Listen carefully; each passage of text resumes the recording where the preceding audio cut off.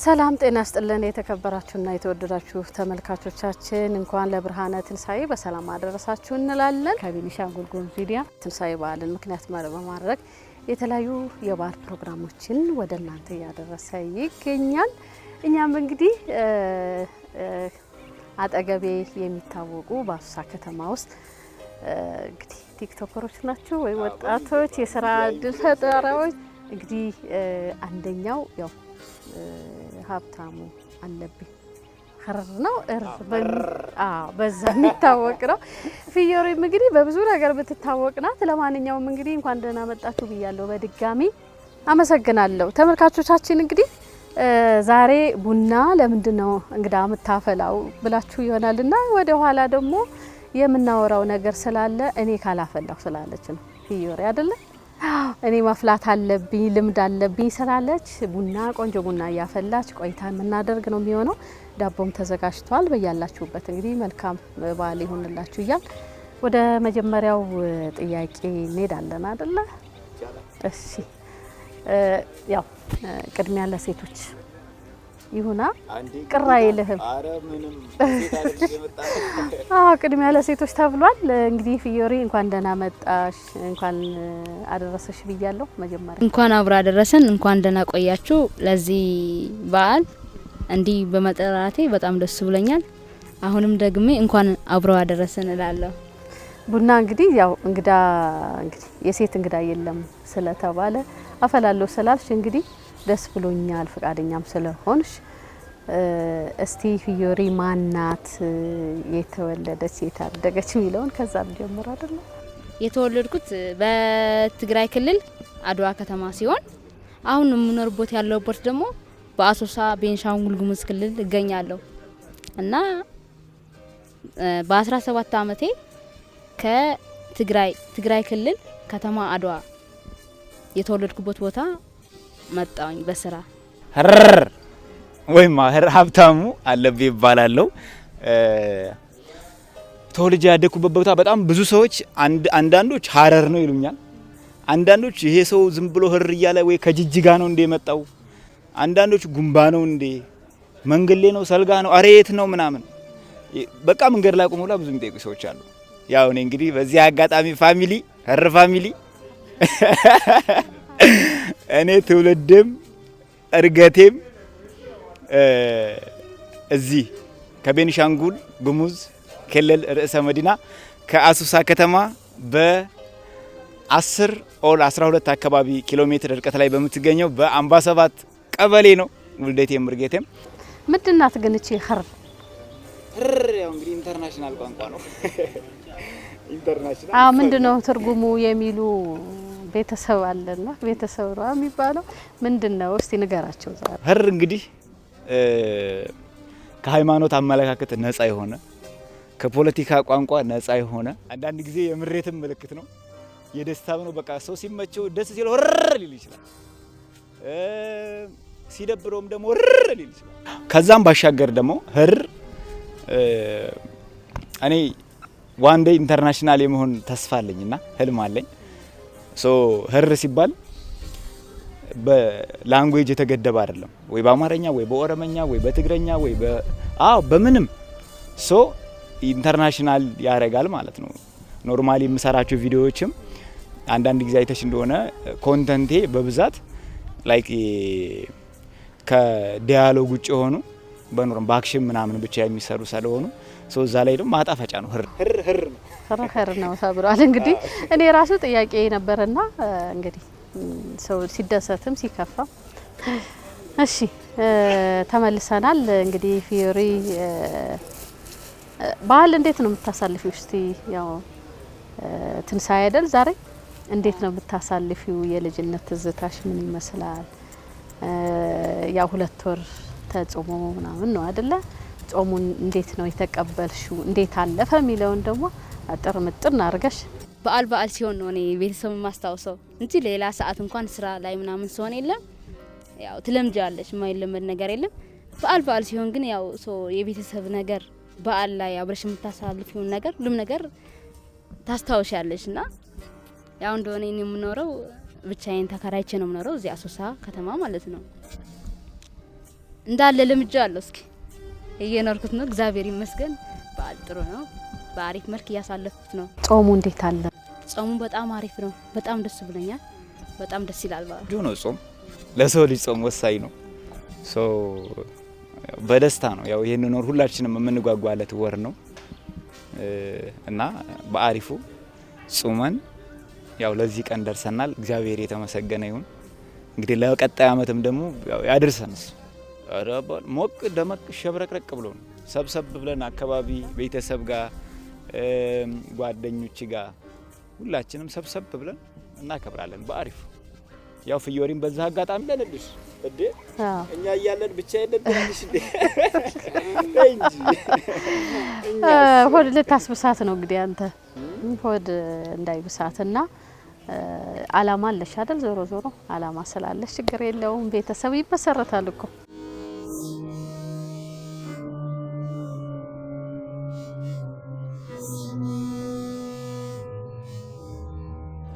ከቤት የመጀመሪያ ልጅ ነኝ ባይዘው ለመጀመሪያ አባቴም ለእናቴም እንዲህ ሲሆን እኔ እሰራለሁ። የቤት ኃላፊነት ለመውሰድ ግን የመጀመሪያ ልጅ መሆን ደግሞ ከበድ ይላል። አዎ አንቺ ያለሽ እናት ተቸግራ ለማየት ይከብዳል። እያለው እኔ እናቴን ካላኮራው ለመቼ እና እንዲህ ሆኖ ስሰራ 2 አመት ግን ለራሴ ልብስ ሳልቀየር ወንድሞቼ እናቶቼ አባቴ እንዳሉ አሉ። እነሱም ለማገዝ እንደሌላ ሴት እንኳን ተብሎ የለም አሉ የኔን ጓደኞች ይሰራሉ ለራሳቸው ለቤትም አያስቡም። እኔ ግን የእናቴን ትግስት ሲባል እኔ አንደኛ ነገር ከእናቴ ነው ደግሞ የተማርኩት ትግስት ማለት ነው። ትግስት ካለው ሁሉም ነገር ያልፋል እና በትግስት 2 አመት ሰርቼ እንደምልሽ እንደዚህ ቤተሰብን እያገዝኩ ለራሴ እንኳን ብር ሳላስቀምጥ ተደብቄ ማለት ነው በማያውቁበት እነሱም 30 ሺህ ብር አስቀምጫለሁ። ልብስ ምናምን ሳልቀየር የለም እቺን ብር ትጠቅመኛለች በሚል ሀሳብ ማለት ነው።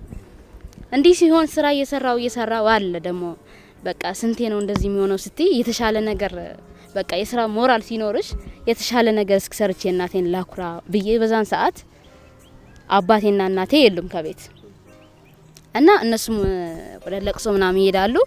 እኔ ሻይ ቡናም ዛይሆን 2 ሳምንት ሰርቼ ነበርና የሻይ ቡና እቃ ይዤ ሌላ ከተማ ሰራለሁ ብዬ ለመጀመሪያ ጊዜ እግሬ ወጥቼ እቃ ጭኜ ወጣሁ።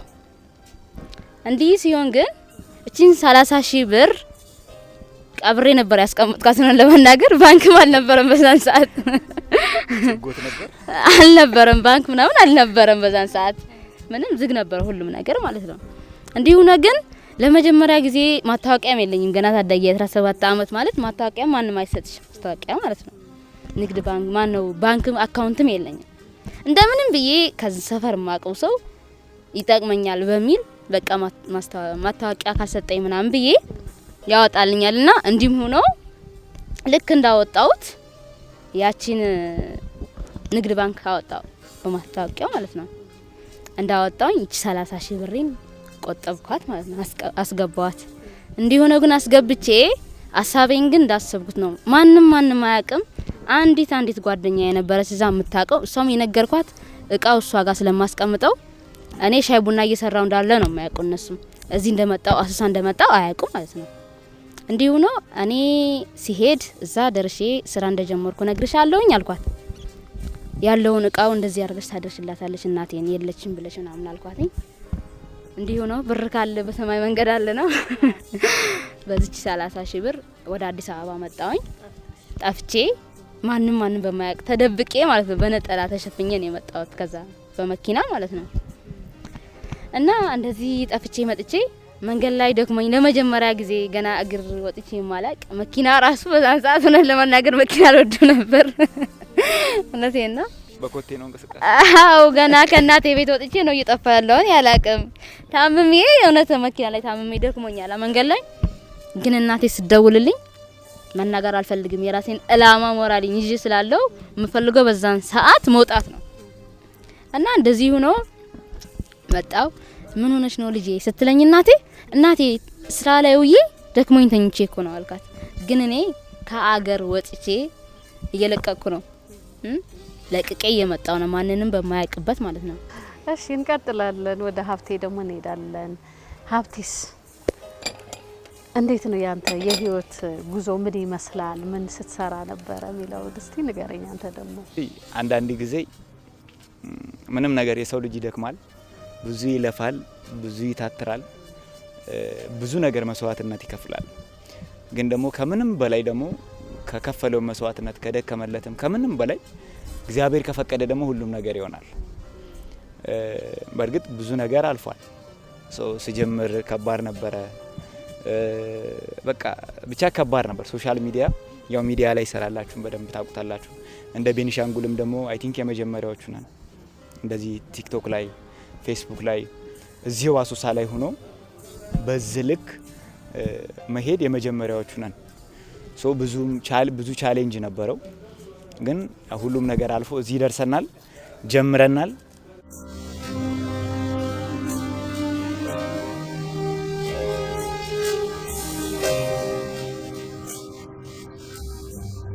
መተሽ ምንድነው የጀመርሽው አሶሳ ላይ? ያው በዛን ሰዓት እኔ ከመጀመሪያም ጀምሮ ሰው ቤት ተቀጥሬ እንድሰራ ማልፈልገው ፈጣሪ ሆይ የሰው ፊት አታሳየኝ ብዬ ነው ስራዬን የጀመርኩት። በቀን 100 ብር ሆነች 200 ብር ሆነች። በዛን ሰዓት ቡናም ቅናሽ ነበረ። ሰርቼው ነበር ቁጭ ብዬ ማንንም አውቀው የለኝም። እሷን ቀን በቀን ሰራለሁ። እንዲህ ቁጭ ብዬ ሲደብረኝ ረቡዕና አርብ ገበያ አለ፣ ቅዳሜ ገበያ አይደል? አሶሳ ከተማ ማለት ነው። እንዲህ ሲሆን ሻይ በፔርሙዝ ቡና በጀበና እንዲሁ ይዤ ገበያ ለገበያ እየዘርኩ ለነጋዴዎች ሳደርስላቸው ነበር። ጠዋት አምባሻ በሻይ እንዲሁም ቡና ከሰዓት ሲፈልጉ ስልኬን ሰጥቼ ምናምን እንደዚህ እያልኩ ቀስ እያልኩ እየለመድኩ የተሻለ በአስፋልት ዳር ሆኖ እዚህ ታደለ ወላኒ መጋዘን የምትባል በረንዳ ነበረች። እንዲሁም እዛ በረንዳ ጠይቄ በ1000 ብር ተከራየሁ። በጀርባ የኖርኩትን 700 ብር ናት። እንዲሁና ግን ገና ሌላ ቀን 200 300 ትሰሪያለሽ። በገበያ ቀን 700 ብር ስሰራ በጣም ደስ ይለኛል። እየዞርኩ ነው። በዛን ሰዓትም በቃ ጭንቅላትሽ እንደዚህ ቁጭ ብለሽ ከምትዩና ተፍተፍ የምትዩን ነገር ይለያያል። ጭንቅላትሽ በቃ ይታደሳልና እንዲሁን በጣም ደስ ብሎኝ ይውላል። ተመልሰናል። ሀብቴ እንግዲህ ወደ 600 ሺህ ነው አይደለም? 630 ሺህ አካባቢ። አዎ በቃ ከዛ በላይ ከ600 ሺህ በላይ ተከታይ ያለውና እንዴት አፈራ? እንዴት ነው የህይወት ጉዞ ያንተ ምን ይመስላል? ረጅም ጊዜ ያው በትምህርት ላይ ነው ያሳለፍኩት። መስከረም ላይ አሁን ገና 1 አመት አልሞላኝ እቅድ ነበረኝ። ከኮሌጅ ተመርቄ ስወጣ በቃ ቢያንስ 100 ሺና ከዛ በላይ በሶሻል ሚዲያ በየትኛው የሚዲያ ፕላትፎርም እንደሆነ አላውቅም ይዤ መውጣት አለብኝ ከዛ ኮሌጅ ስወጣ። ምክንያቱም መቀጠር ምናምን ነገር ስማር ይሄን እንደዚህ አይነት ነገር የለም ነበር አእምሮዬ ላይና በራሴ የሆነ ደረጃ መድረስ አለብኝ ብዬ የራሴ አላማ ስለነበረ ከኮሌጅ ስወጣ ያንን ነገር አቅጄ ነበረ። ከዛ ያው ሞከርኩኝ፣ እግዚአብሔር ይመስገን ተሳካ፣ በጥፍ ሆነ እና ደግሞ እኔ በሄድኩበት እግዚአብሔር ይመስገን በቃ የሰው ፍቅር አለኝ። እኔ አላቅም እኔ ጥሩ ሰርቼ ወይም ጥሩ ሁኔ አይደለም፣ ግን በቃ ሰው በሄድኩበት እግዚአብሔር መልካም ሰዎችን ይሰጠኛል። እንደዚህ አንድ ቀን የተዋወቅኩት ሰው በህይወቴ ላይ በጣም ብዙ ላይፌ እንዲቀየር ብዙ አሻራ ያሳርፋልና ላይክ እንደዛ ሶሻል ሚዲያውን ስንጀምር ደግሞ በጣም ብዙ ነገር ነበረ። ግማሹ ጨለለ ይላል ፋሚሊ ያው ውስጥም እያያችሁ ከሆነ ያው እኛ ሰላም ነን። ግማሹ አበደ ይላል፣ ግማሹ ጨለለ። ከዛ በመስኮት ምናምን በመኪና መስኮት ብቅ ይሉና ባለ ጀሪካኑ ምናምን ባለ ጎማው ምናምን ይላል። እኔ ስራ ላይ ነኝ። ወጣትነትን እንዴት እያሳለፍክ ነው ያለው? እስቲ ወጣት ስትሆን ጥሩ ነገርም አለ የሆነ መጥፎ ነገርም አለ አይደለ? በአግባቡ ካልተያዘ ወጣትነት እንዴት ነው እያለፈ ያለው ወጣትነት የሚለውን ነገር ይጠቅመሃል ወይስ እንዴት ነው? እኔ እንግዲህ ጧት ማታ 1 ሰዓት የምገባ ሰው ነኝ። ከምንም ሱስ ነፃ ነኝ፣ እግዚአብሔር ይመስገን። ይሄ ነው የምለው የሆነ ቦታ ላይ ያጓጉል ቦታ ላይፍ የለኝ። ላይፌን በትምህርት ነው ያሳለፍኩት፣ በስራ ነው። ኮንሲስተንቲ በሳምንት 4 ቪዲዮና ከዛ በላይ ይሰራለሁ። በጎን ይሄ ኤችኦኤም ኦንላይን ማርኬቱ አለ። ያንን ሰራ በጎን ሌላ ነገር የማይሆን ቦታ ላይ የማሳልፍበት ጊዜም የለም። ያው ግን ሰው ብዙ ጊዜ ሶሻል ሚዲያ ላይ ስንቀልድ ስንጫወት ሰውን ስናስቅ በዛ በተቀደደ ሱሪ ከተማ ውስጥ ስንሯሯጥ ኖርማሊ ያው ቁም ነገር እንደሌለ ምናምን ነው ሰው የሚያስበው አብዛኛው ሰው። በጥሩ ሁኔታ ወጣትነትህን እንግዲህ እያስተናገርክ ነው ያለኸው። በጣም አስቸጋሪ ጊዜ ስለሆነ ማለት ነው። አንቺስ እንዴት ነው? በተለይ ሴት መሆን ወጣትነትም አለ ፈተናዎችም በዛው ልክ ነው አይደለ? እንዴት ነው ያሳለፍሽ ያለሽ ወጣትነት እንዴት ነው ባንቺ ጋር?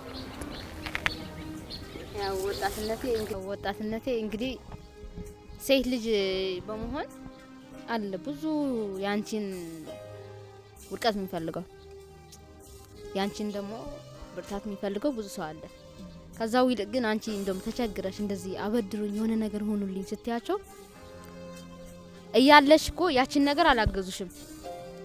ይህን ስራ አቋርጪውና እኔ ጋር ሆኝና ሌላ ነገር ከፍትልሻለሁ ይልሻል።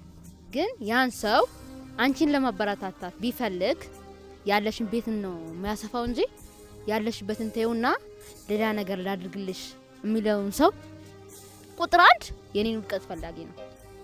ከኔ ጥቅም የሚፈልገው ሴት ስለሆንኩኝ እኔ ማለት ነው።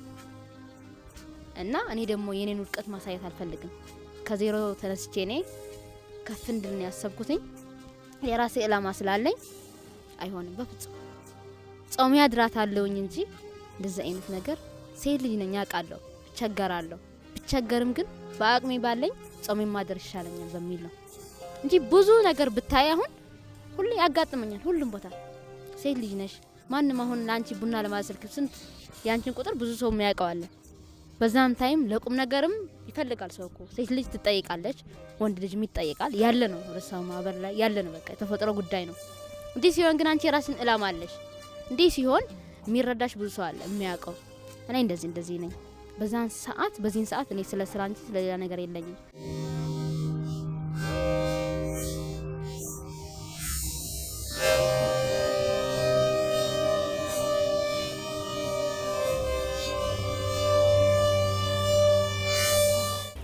ፊዮሪ እናመሰግናለን። አሪፍ ቡና ነው። እንግዲህ ምንድነው ያው ስለ ቲክቶክ ካወራን ላይቀር ፊዮሪም ያው እንግዲህ የቲክቶክ አካውንት አለሽ አይደለ? በጣም ታዋቂ ነሽ አሶሳ ላይ። ምን ያክል ተከታይ አለሽ አንቺ? 173 ሺህ ቀላል አይደለም። በጣም አሪፍ ነው። ከአስተያየቶች መካከል በጣም የማትረሺው እና በሚሰጥሽ አስተያየትስ እንዴው ስብር ተያለስ ወይስ እንዴት ነው? የለም ኢትዮጵያ ውስጥ ግን እንደኔ ቆንጆ ሴት አለ አልኩኝ አለ እንዲያውንም አለ ሰው ለራሱ ቆንጆ ነው አለ በጭራሽ እንደ ፊዮሪ ቆንጆ የለም። ካለም ሜንሽን አድርጉኝ ብዬ አዳሜ አንጫጫወትሽ ሜንሽን ነው የሆነትና ሜም በጣም የተሰራበት ማረሳ ኢትዮጵያ ውስጥ እንደኔ ቆንጆ ሴት አለ እንዴ? እቺ የቡዳ መድኃኒት የመሰለች ልጅ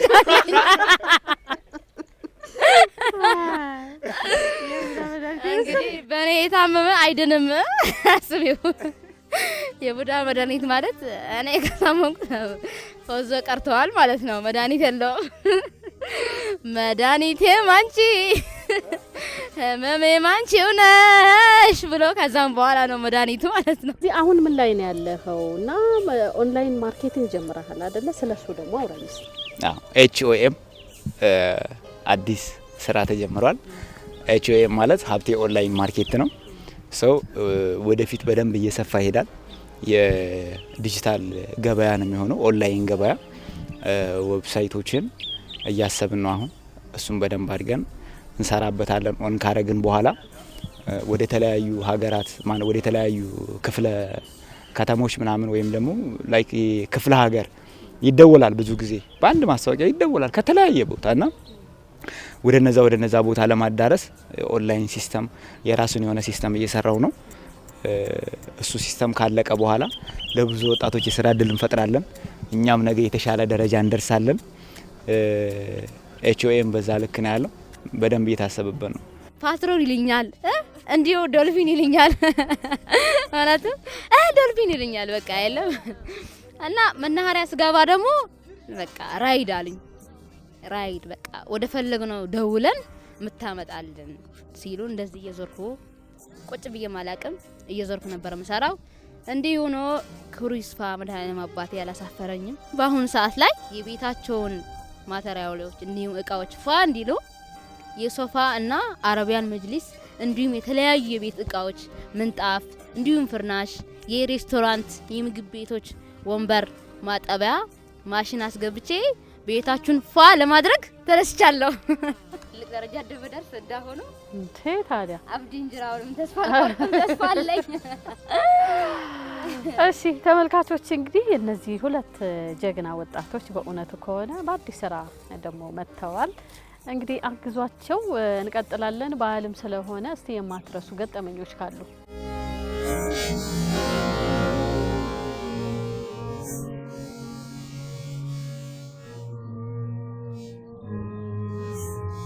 ስበር ነው ሙሉና ከዛ እጥፍ ብዬ አንዲት ልጅ ናት ከፊት ለፊት።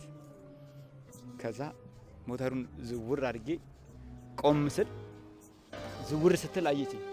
በኢየሱስ ስም አለች። ክዋል ምንድነው ምናምን ሰውና እንዴ? እኔ እኮ አሻንጉሊትም ትመስለኛለህ ቲክቶክ ላይ በዛ በቢጫው ልብስ ማለት ነው። አይታኛ አታውቅም። እና ከዛ እኔም ደነገኩኝ። እንደገና ተረጋግቼ ምናምን ሰላም ምናምን አልኳት። በጣም ነው የምወድ፣ በጣም ነው የማደንቅ። የእውነት በጣም አስደሰተችኝ፣ አሳቀችኝም። ከዛ ቻል አድርጌ ጓደኛዬ ነበረ ከኋላ ሞተር ላይ ያፈናጠጥኩት ዙረን ነው የሳቅ ነውና ይሄ የሰሞኑ ገጠመኝ አሻንጉሊት መስላችሁ። አሁን በጣም አሪፍ ቆይታ እያደረግን እንደሆነ ተስፋ እናደርጋለን። በያላችሁበት መልካም በዓል ይሁንላችሁ። ሀብቴ ያው ሁለት ቻሌንጅ እኔም የማውቀው አለና አንዱ የሞተር አንዱ ደግሞ የ200,000 ብር አውቶ ሙፍቲ እንትን ያለው ማለት ነው ያስጀመሩና ስለሱ እስቲ ንገረኝ። የነበረው እንትኑ ጭንቀት ምን ይመስል ነበር? ዝናብ እየዘነበ ራሱ እንት ስትቀረጽ ነበርና እየተደበደብኩ ባካችሁ እያልከና እስቲ ስለሱ ንገረኝ። እንዴት ነበር? ከመጀመሪያው ልነሳ። ከሞተሩ ማለት ቪዲዮ ስሰራ ወድቄ ተልጦ ነበር። ማስታወቂያ ላይ አሰራኝ እጄ ቢሮ ጋር እዚህ ጋር ምን ሆነ ነው እጅን ምናምን ነገር አለ። አይ ቪዲዮ ስሰራ ወድቄ ነው ምናምን ነገር አልኩት። ከዛ አየና በቃ አይ አንተ ደግሞ ማበረታታት ነው ያለብኝ ምናምን አለና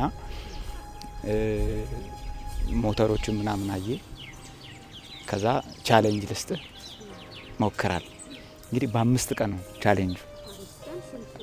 50,000 ፎሎወር ማስገባት 50,000 ፎሎወር ማስገባት። እንግዲህ 50,000 ፎሎወር ሲባል 50,000 ሰው ፎሎ ማድረግ አለበት ማለት ነው። ኢማጂን 50,000 ሰው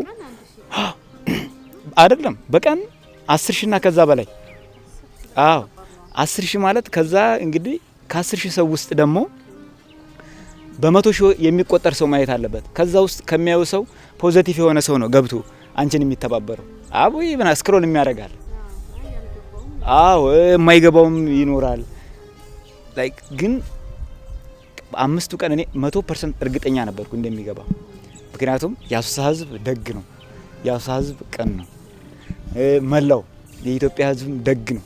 በቃ እንደዚህ ይረባረባል። እንደዚህ አይነት በቃ አናሳፍርም እኛ ኢትዮጵያውያን። የሆነ በጀማዓ እንወዳለን የሆነ ነገር ማሳካት። ቻሌንጁ ተጀመረ፣ ቀጠለ። ልክ በሁለተኛው ቀን ህዝብ ተረባረበ፣ መነጋገሪያ ሆነ። 5 ቀን የተባለውን ቻሌንጅ በ3 ቀን አሳካ ነው ማለት ነው። ሌላኛው ሁለተኛ ቻሌንጅ መጣ። አዎ ዳጉስ ያለ ነው። የ200,000 ቻሌንጅ መጣ።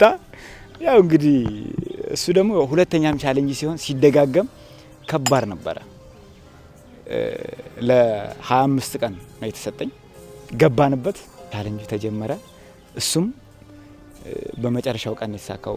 ቻሌንጅ በባህሪው አንድ ቀን ቀረኝ 2 ቀን ቀረኝ ስትይ ነው ሰው የሚገባው። በቃ ስሜቱ የሚገባው። አንድ ወር አለ ስትዩ ገና ነው ይላል። ገና ቀን አለ በቃስ ብዬ ይደርሳል ምናምን ነው የሚለው እና እሱ ደግሞ እሱም 5 ቀን ምናምን ሲቀረው ማነው 3 ቀን ሲቀረው ነው የተሳካው። ግን ያንን መሳካት አለበት። ሙፍቲ እኮ ለጋሽ ነው ባይዘው። ሙፍቲ በጣም ለብዙ ሰዎች ብዙ ነገር ያደርጋል። ያን ቻሌንጅ ባይሞላ ለኔ ይነሳኛል አይደለም። ሰው እየደወለ አቦ አታልቅስ ይለኛል። ይሰጣል እሱ አታልቅስ ምን ነው አታውቀውም ሙፍቲን ካላወቀው እናስረዳህ ይሉኛል። አይ እኔ ደግሞ የተሰጠኝ ቻሌንጅ አለ ማሳካት አለብኝ። ላልቅስም ልዘቅዘቅም በጸጉሬም ልቁም በግሬም ልሂድ ማሳካት አለብኝ። ስለዚህ ቀን ከሌ ተሰራ በየቀኑ ቪዲዮ ፖስት አለሁኝ። ጓደኞቼ ጋር ተረባረብን። ትልልቅ የሚዲያ ኢንፍሉዌንሰሮች ከሌላ ቦታ ምናምንም ያሉ ከአዲስ አበባም ሙሉ ያሳም ህዝብ ተረባረበ አሳካ ነው እሱንም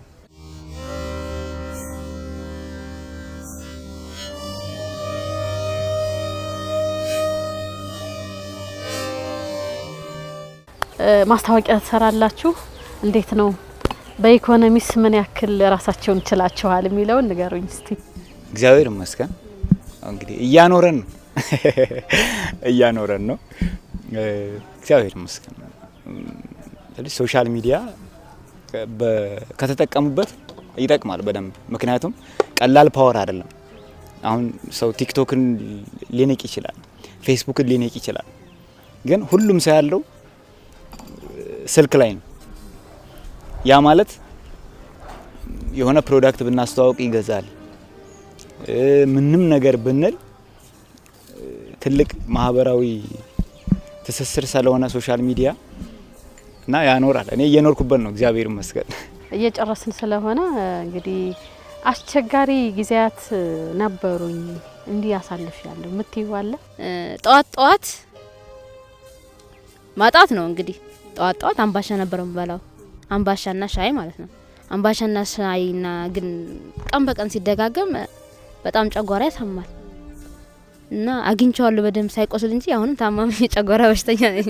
አሶሳ በደም ነው የተቀበለችኝ፣ ግን ያቺን በማጣቴ የበላዋት አምባሻና ሻይ ግን አረሳ ጨጓራ በሽተኛ አድርጋኛለች።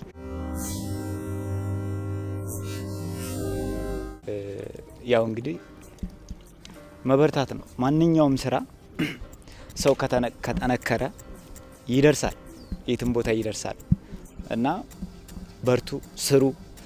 ቲክቶከር የመሆን ህልም ያላችሁ፣ ዩቲዩበር የመሆን ህልም ያላችሁ እንግዲህ በቲቪም ደግሞ ትልቅ የሚዲያ ጋዜጠኛ መሆን የምትፈልጉም ተማሩ፣ በርቱ። መጠንከር ነው። ከዛም ሁሉም ነገር ይመጣል። መጀመሪያ መሮሽ በጣም ሲመርሽ የለም ጣፋጭን ግን ቀስ ያለ ስታጣጣሚው አይጥምሽም።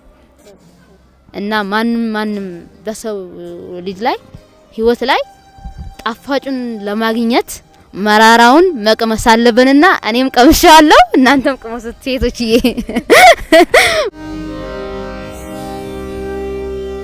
አጠራርጋችሁ እንኳን አደረሳችሁ ማመስገን። በዙሪያዬ በጣም ብዙ ሰዎች አሉ መመስገን ያለባቸው፣ ግን በስም ዘርዝሬ ስለማልጨርስ ሁላችሁንም የእውነት እግዚአብሔር ያክብርልኝ። በጣም አመሰግናለሁ።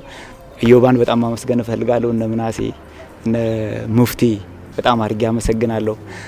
ከሶሻል ሚዲያም ደግሞ እንደዚህ ሶሻል ሚዲያ ላይ የተዋወቅኳቸው ልጆች አሉ፣ አዲስ አበባም የሚኖሩ በሌላም ከተማ የሚኖሩ ብዙ አሉ። ግን በቃ ብሩክ ኒውስ በጣም አድርጌ አመሰግናለሁ። ቤንሻንጉል ጉሙዝ ክልል 6 በመላ ያላችሁና ሁሉም በአገር ውስጥና በውጭ ሀገር ያሉትም አሁንም በድጋሚ አመሰግናለሁ እና እናቴ ወድሻለሁ፣ እንኳን አደረሰሽ። አሁንም አብሬሽ ቡል በጣም ደስ ይለኝ ነበር፣ ግን ያው የኑሮ ጉዳይ አልተሳካም። እኔ ያለሁልሽ፣ አንቺ ስትኖሪልኝ ለኔ ተስፋዬ ነውና ተደብቄ እንደመጣው ደግሞ ተደብቄ መጥቼ ሰርፕራይዝ እንደማረግሽ አሁንም ተስፋ አለኝ። እንኳን አደረሰሽ።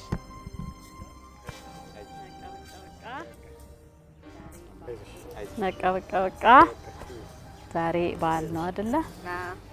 በዓል ነው። መጠን ትንሽ ክፍት ይልሻል በዓል ላይ ሲሆን ሁላችንም ያው ከቤተሰብ ጋር አይደለም ያሳለፍን ያለነውና ችግር የለውም ነው። ግን ያው ዋናው ነገር ምንድነው የመጣሽበት አላማ አለ። ስቴጂ ደግሞ እሷን ማስደሰት ነው አይደል? አዎ እንዳልኩሽ ጥሩ ደረጃ ላይ አሁንም ትልቅ ተስፋዬ እኔን እናቴ ተደብቄ ሰርፕራይዝ ተደብቀሽ ሂደሽ ደግሞ በቃ ማስደሰት ነው። ተመልካቾች እንግዲህ የትንሳኤ በዓልን ምክንያት በማድረግ እንግዲህ ከሁለት ወጣት ስራ ፈጣሪ ወጣቶች ጋር ያደረግነው ቆይታ አሪፍ ነበረ። በእውነት የሚገራርም ታሪክ ነው እየነገሩን ያሉትና በተለይ ፌሪ ከትግራይ ክልል ከአድዋ ከተማ ጠፍታ መታ አሶሳ ላይ ብዙ ውጣ ወራዶችን አይታለች። አሁን ላይ ያለችበት ከጀበና ቡና ጀምራ አሁን ላይ የሶፋ የመጅሊስ የተለያዩ የጥበት ስራዎችን ጀምራለች። ጥሩ ሁኔታ ላይ ነው ያለችው። ሀብቴም እንደዚሁ የተሻለ ኦንላይን ማርኬቲንግ በራሱ ስቱዲዮ ገንብታችኋል አይደለ? ጥሩ ሁኔታ ላይ ነው ያሉትና እኔም ይሄን አይቼ ነው እንግዶቼ እንድትሆኑ የፈለኩትና በርቱ እላለሁ። እንግዲህ እነዚህ ወጣቶችን ማበረታታት የምትፈልጉ ደግሞ ከጎናቸው እንድትሆኑ በሚፈልጉት መልኩ እንድታግዟቸው እንላለን። ለሌሎችም እንግዲህ አሪያ የምትሆኑ ናችሁና በርቱ እላለሁ። ከኛው ጋር ስለነበራችሁ እጅግ አድርገን እናመሰግናለን። በዓሉ የሰላም የጤና ይሁንላችሁ እንላለን። ከቤኒሻንጉል ጉሙዝ ሚዲያ ሌሎች የበዓል ፕሮግራሞች ወደ እናንተ መድረሳቸውን ይቀጥላሉ። በእኛ በኩል ግን ይሄን ይመስል ነበረ። ከኛው ጋር ስለነበራችሁ በድጋሚ በጣም እናመሰግናለን። መልካም በዓል ይሁንላችሁ እንላለን ለመላው የክርስትና እምነት ተከታዮች።